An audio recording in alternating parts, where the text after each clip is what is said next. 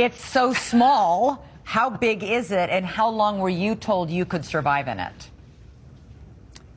It's about the size of a minivan, but it's a cylinder, so it holds 5 people. There's no chairs, there's no couches. You are sitting on the floor with your back against the curved sides. As I'm sure you've heard, there's 4 days worth of air. There's 3 different systems. There's as your previous guest referred to, there's a scrubber, the same ones they have in spacecraft, that converts the carbon dioxide you breathe out back into oxygen. If that fails, there are these, they look like fly strips, you hang them from the ceiling, that they're backup scrubbers. And if that fails, they have scuba tanks, oxygen tanks, under the floor of this thing that you can pull out. But there's no food and water apart from the one sandwich and the one water bottle you bring with you. All there is by way of a toilet is basically a big Ziploc bag. Oh my gosh. All right. At one point when you were on the sub, you lost communication with the mothership on the surface, only for about 2.5 hours, right? And what did you do when you lost communication? Did you just drift around, or what happened? I should be clear on this. So they never lost contact with the sub.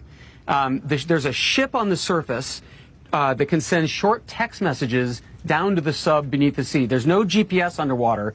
There's no radio underwater. So all they can do is send these little text messages.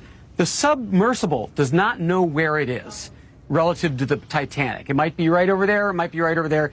They can't see anything. There's no windows except a tiny round porthole at one end. So up on the ship, the control room looks down and says, it's off to your right by 100 yards. They direct the sub. So what happened for a few hours last summer was during one of these dives, the ship on the surface was giving directions to the submersible on the seafloor that were wrong. Something went wrong with the directional system, and they spent the whole day looking for this Titanic, never found it, and so these passengers who'd paid $250,000 a head had to come back to the surface having seen nothing. So I got to get your reaction when you hear that they've lost this sub, that they lost control and communication of it after an hour and 45 minutes into the descent, which I think that's about how long it takes to get down there, or no? That would be about halfway down, 2/3 of the way down. 2/3 of the way down. And then by 9 p.m. Sunday night, at launch Sunday morning, they reported it missing. What do you imagine is happening on board? This is the only submersible in the world still operating that can go to the Titanic. So it is a one-off. It is a one-of-a-kind. There's not, it's not like an iPhone made by the thousands. There's one of it made by this one man who's had experience building airplanes and submarines, Stockton Rush. He runs the company.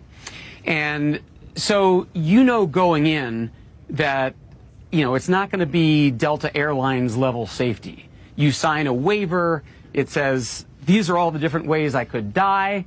I mean, they outline it for you.